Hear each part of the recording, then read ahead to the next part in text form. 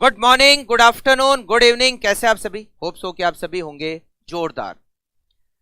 CA foundation सितंबर 24 attempt, आज था पहला पेपर और वो पेपर होता है अकाउंट्स का।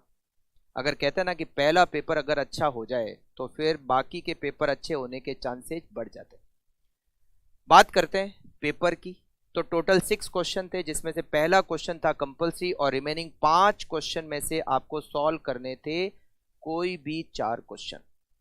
फर्स्ट क्वेश्चन में 3 पॉइंट थे, first A, first B, first C. First A as usual true और फॉल्स का था, जिसमें 6 पॉइंट दे रखे थे। जो पहले 2 पॉइंट थे वो बेसिक अकाउंटिंग से रिलेटेड है। जो तीसरा पॉइंट है वो वैल्यूएशन ऑफ इन्वेंट्री। जो चौथा पॉइंट है वो बिल्स ऑफ एक्सचेंज। जो पांचवा पॉइंट है वो एनपीओ, नॉन प्रॉफिट ऑर्गेनाइजेशन का। और जो लास्ट पॉइंट है वो डेथ ऑफ पार्टनर से रिलेटेड था। तो सारे पॉइंट एवरेज है, अच्छे पॉइंट थे और आप इजीली इनको सॉल्व कर सकते हो क्योंकि हमने इनको बहुत बार प्रैक्टिस करी है। तो बिल्कुल आपके लिए क्वेश्चन बहुत इजी होगा। फर्स्ट का जो बी पॉइंट है वो था थियोरी का क्वेश्चन और बिल्कुल इजी थियोरी का क्वेश्चन था। बुक कीपिंग और अकाउंटिंग के बीच में डिफरेंस लिखना था, जो हमने डिस्कस भी किए हैं और मॉड्यूल में भी बहुत अच्छी तरीके से इसके बारे में दे रखा है। तीसरा पॉइंट था रेक्टिफिकेशन ऑफ एरर और इसमें सस्पेंस अकाउंट के थ्रू जर्नल एंट्री करनी थी रेक्टिफिकेशन ऑफ एरर की। और जो 4 पॉइंट दे रखे थे, चारों पॉइंट इजी थे। ये 4 नंबर आप आराम से लेकर आ सकते हो क्योंकि सारे के सारे इजी पॉइंट थे। ये 4 नंबर थियोरी का क्वेश्चन था, वो भी इजी था।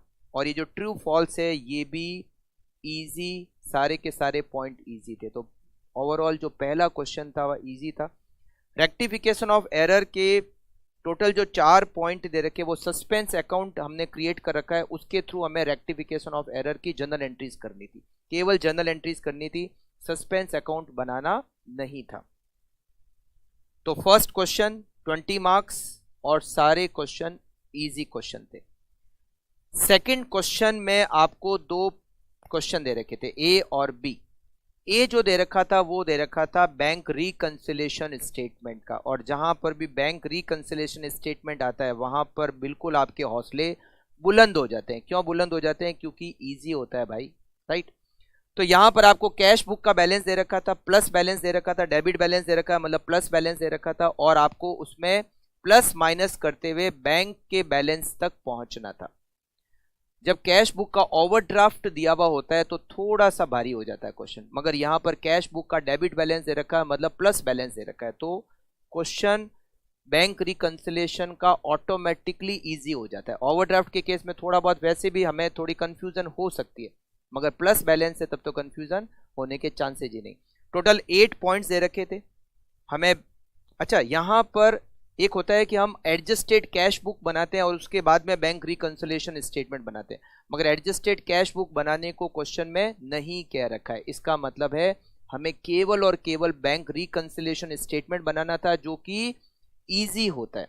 एडजस्टेड कैश बुक में एडजस्ट करें, पहले तो कुछ एडजस्टमेंट हमें एडजस्टेड कैश बुक में करने होते हैं, फिर बैंक रिकंसिलेशन बनाना होता है, तो थोड़ा सा क्वेश्चन भारी हो जाता है। बट यहाँ पर हमें सीधा बैंक रिकंसिलेशन स्टेटमेंट बनाना था, एडजस्टेड कैश बुक नहीं बनानी थी, तो इसीलिए ये क्वेश्चन भी इजी क्वेश्चन था और सारे पॉइंट इजी थे।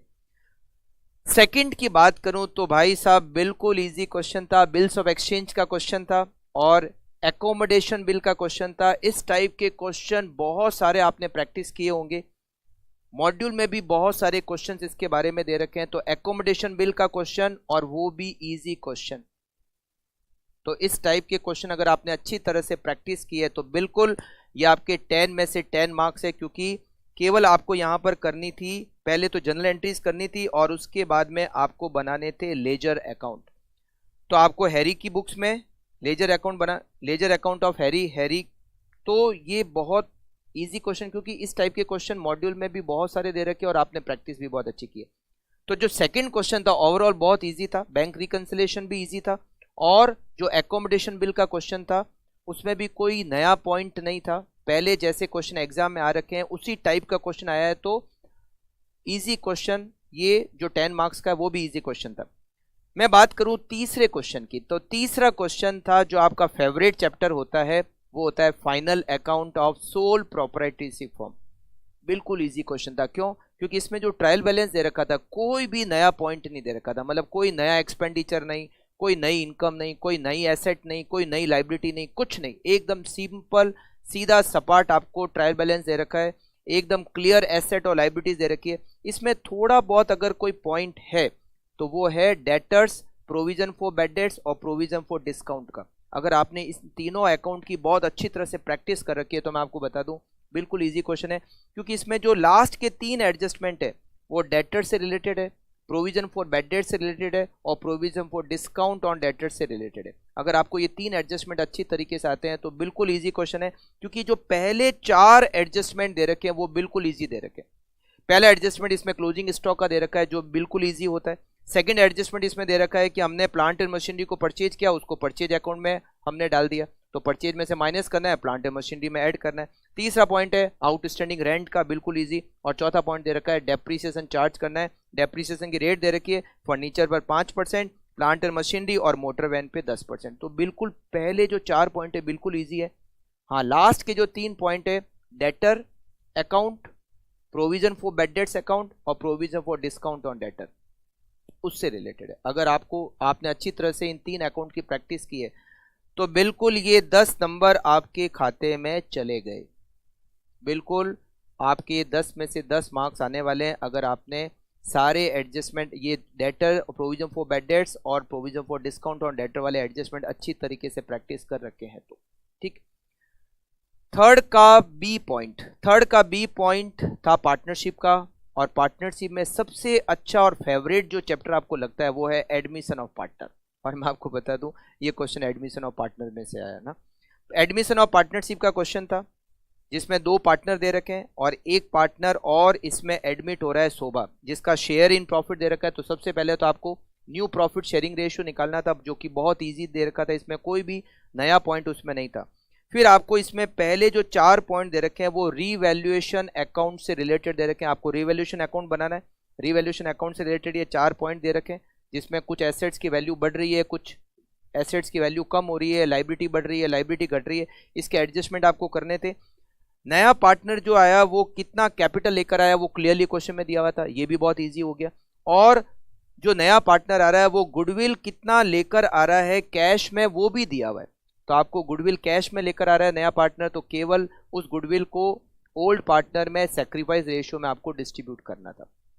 तो बिल्कुल इजी क्वेश्चन, रिवैल्यूएशन अकाउंट बनाना बिल्कुल इजी पॉइंट, कैपिटल अकाउंट बहुत इजी, और उसके बाद आपको नए फर्म की बैलेंस शीट बनानी है। तो आई थिंक आपके बैलेंस शीट बराबर फर्स्ट अटेम्प्ट में ही मिल गई होगी। बहुत बार ऐसा होता है ना कि एक बार में बैलेंस शीट नहीं मिलती, बट यहाँ पर आपकी बैलेंस शीट एक बार में ही मिल गई होगी। ठीक है, तो ये जो आपका क्वेश्चन था क्वेश्चन नंबर 4, क्वेश्चन नंबर 3 का पहला जो पॉइंट था ट्रेडिंग P&L और बैलेंस शीट, वो भी बहुत इजी थे। और जो सेकंड पॉइंट था एडमिशन ऑफ पार्टनरशिप का क्वेश्चन था, वो भी इजी क्वेश्चन था। इसके बाद में मैं बात करूं क्वेश्चन नंबर 4, तो क्वेश्चन नंबर 4 में पहला पॉइंट था रिटायरमेंट ऑफ पार्टनर का, और मैं आपको बता दूं बहुत इजी क्वेश्चन था, क्योंकि इसके अंदर भी यहाँ पर बैलेंस शीट में कोई नया पॉइंट आपको नहीं दे रखा है। ठीक है, यहाँ अगर मैं बात करूं तो सारे के सारे जो पॉइंट है, जैसे पहला पॉइंट आपको फर्म की गुडविल आपको कैलकुलेट नहीं करनी, आपको गुडविल डायरेक्टली क्वेश्चन में दे रखी है, तो ये पॉइंट भी इजी था। फिर इसके बाद में ये रिवैल्यूएशन से रिलेटेड पॉइंट था, ये भी रिवैल्यूएशन से रिलेटेड पॉइंट, ये भी रिवैल्यूएशन से रिलेटेड पॉइंट, ये भी रिवैल्यूएशन से रिलेटेड पॉइंट और ये भी रिवैल्यूएशन से, ये 5 पॉइंट थे जो रिवैल्यूएशन से रिलेटेड थे। इसके बाद में दे रखा है जो पार्टनर रिटायर हो रहा है जेड, उसका अकाउंट का सेटलमेंट कैसे करना है। यहां पर हो सकता है कि थोड़ा बहुत कंफ्यूजन हो सकता है अगर आपने इस लाइन को अच्छी तरीके से नहीं पढ़ा तो। क्या लिखा हुआ है 50% जेड का जो भी अमाउंट फाइनलाइज करेंगे कि जेड को इतना देना है, उसका 50% तो हमने उसको रिटायरमेंट पे दे दिया, मतलब कैश में दे दिया, और जो बैलेंस 50% बचा उसका 50% हम 1 साल बाद देंगे, और बाकी का 50% हम बिल्स ऑफ एक्सचेंज, मतलब उसको बिल्स पेबल देंगे 3 महीने की डेट का। मतलब जितना अमाउंट आता है, फॉर एग्जाम्पल सपोज 10 लाख रुपए आते हैं तो 50% 5 लाख तो हाथों हाथ दे दिया, रिमेनिंग बचा 5 लाख, उसका 50% 2,50,000 वो देंगे 1 साल बाद, और जो 2,50,000 है उसका हमने दे दिया उसको बिल्स पेबल। समझ गया, मतलब जितना अमाउंट जेड का आता है उसका 50% उसको इमीडिएटली देना है, फिर जो बचा उसका 50% हम एक साल बाद देंगे और बाकी का जो 50% है वो हम उसको बिल्स पेबल देंगे। ये इसमें दे रखा है। तो हो सकता है कहीं ना कहीं कुछ स्टूडेंट को इस लाइन में कंफ्यूजन हो सकती है। वो ऐसा कर सकता है 50% तो हाथों दे दिया और 50% का बैलेंस रख दिया। जो रिमेनिंग 50% बचा उसका 50% एक साल बाद देंगे और 50% के लिए हम क्या देंगे, उसको बिल्स पेबल देंगे। तो यहां पर आपको एंट्रीज करनी थी। गुडविल के लिए गुडविल का वैल्यूएशन दिया हुआ है तो बहुत इजी एंट्री है। जो भी गेन रेशियो है उसके रेशियो में पार्टनर के अकाउंट को डेबिट क्रेडिट करना था, ठीक है। तो यहाँ पर ये आपका एंट्री फर्स्ट पॉइंट इजी था, रिवैल्यूएशन भी इसमें इजी था, पार्टनर कैपिटल अकाउंट बनाना था वो भी इजी है, और उसके बाद बैलेंस शीट आपको बनानी थी, ठीक है। तो आई थिंक ये क्वेश्चन एवरेज था। मैं बहुत ज़्यादा इसको इजी नहीं कहूँगा या बहुत ज़्यादा इसको भारी भी नहीं कहूँगा, एवरेज क्वेश्चन ये था।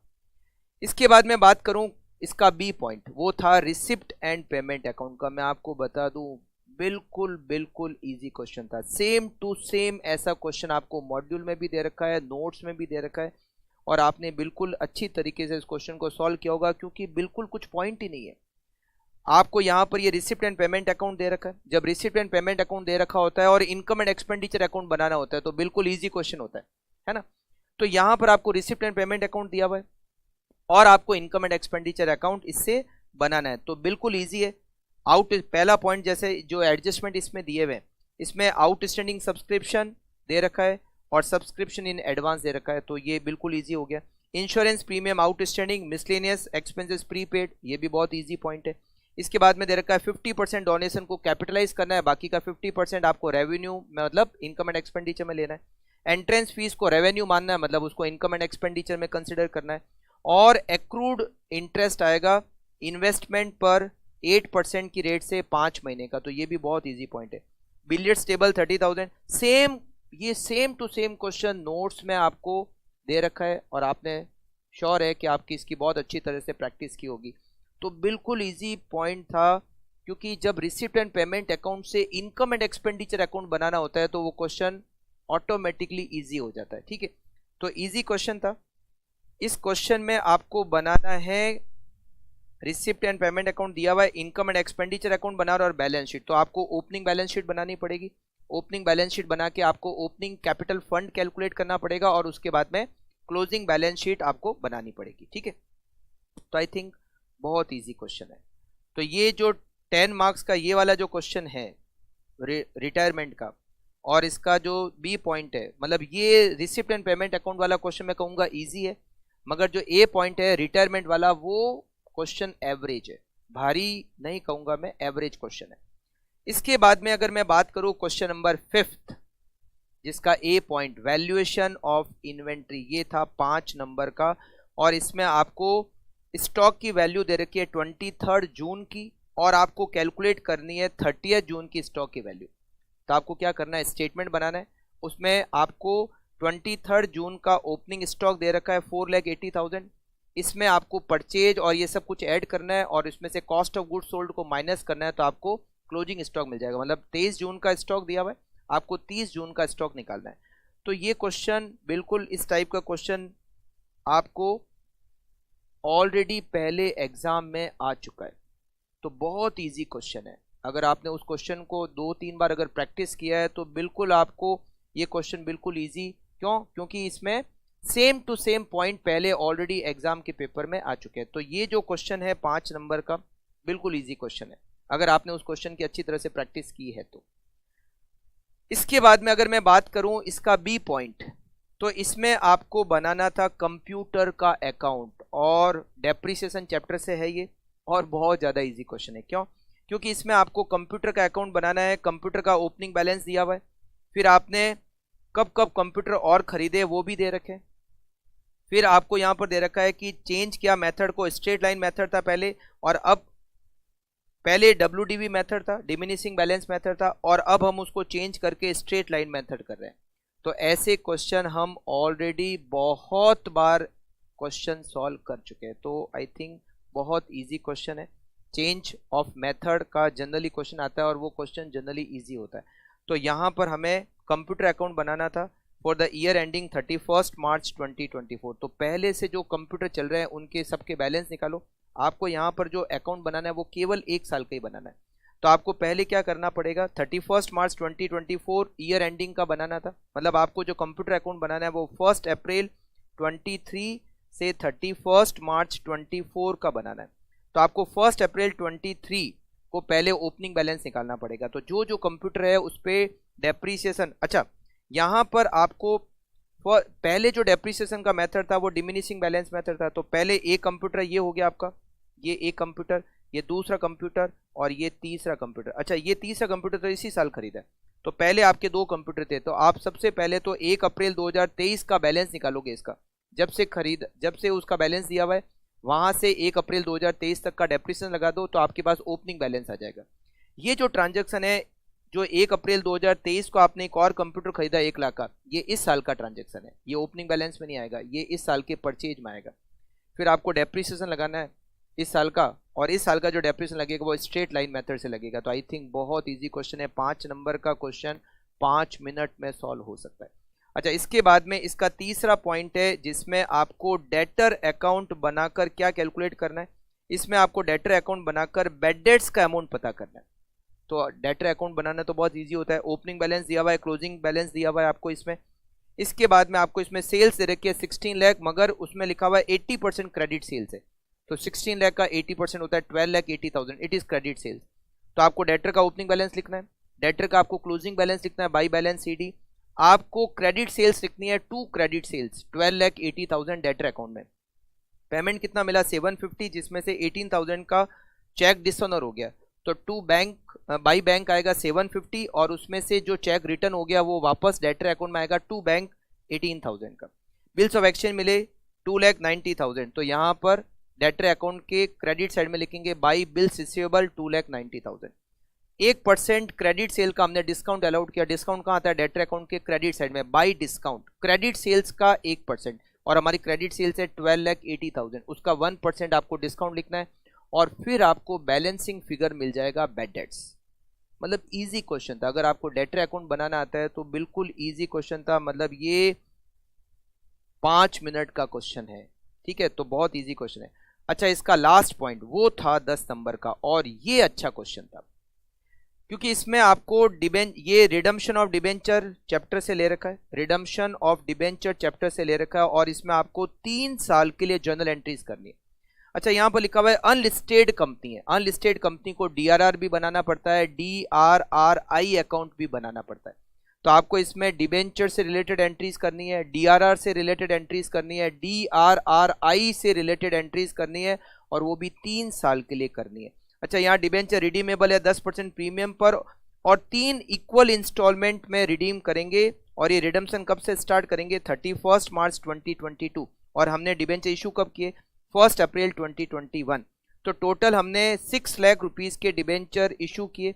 तो फर्स्ट ईयर के एंड से हम 2 लाख के डिबेंचर रिडीम करना स्टार्ट करेंगे, सेकेंड ईयर के एंड में और 2 लाख के डिबेंचर रिडीम करेंगे, थर्ड ईयर के एंड में और 2 लाख के डिबेंचर रिडीम करेंगे। तो 3 सालों में डिबेंचर पूरे खत्म हो जाएंगे, जब से इशू किए तब से 3 साल में डिबेंचर सारे खत्म। तो यहाँ पर हमें 3 साल की एंट्रीज करनी है, जो भी एंट्रीज है वो सारी एंट्रीज करनी है। इशू की एंट्री करनी है, DRR की एंट्री करनी है, DRRI की एंट्री करनी है, और डिबेंचर इंटरेस्ट की भी आपको एंट्री करनी है, रिडम्पशन करने की एंट्री करनी है, रिडम्पशन प्रीमियम पे करना है। तो ये क्वेश्चन मैं कहूँगा अच्छा क्वेश्चन है, मतलब एवरेज से अबव क्वेश्चन है, एवरेज से अच्छा क्वेश्चन है ये वाला C पॉइंट। बाकी A और B पॉइंट इजी है, A पॉइंट बिल्कुल डेप्रिसिएशन का है, बहुत इजी है। B पॉइंट ये भी डेटर से अकाउंट बना से, तो ये भी बहुत इजी है। ये 10 नंबर तो इजी है, बट ये जो लास्ट के 10 नंबर है ये थोड़ा सा अच्छा क्वेश्चन है, एवरेज से अच्छा क्वेश्चन है, ठीक है।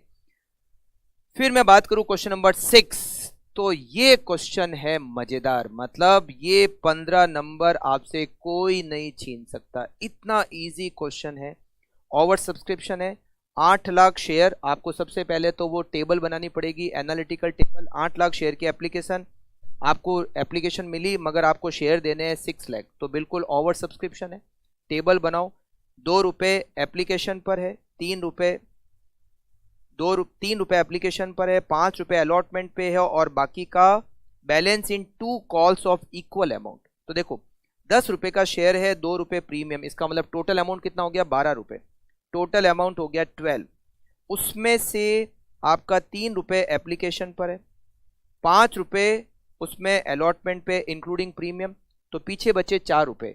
12 में से 5 और 3 8 गए, तो पीछे बचे ₹4। ₹4 में फर्स्ट कॉल ₹2 की और सेकंड कॉल भी ₹2 की, ये लिखा हुआ है बैलेंस इन 2 कॉल्स। तो ये हो गई आपकी फर्स्ट कॉल, ये हो गई आपकी सेकंड कॉल, ये हो गया आपका एप्लीकेशन और ये हो गया आपका अलॉटमेंट। अलॉटमेंट में जो ₹5 है उसमें ₹3 कैपिटल का है और ₹2 प्रीमियम का है।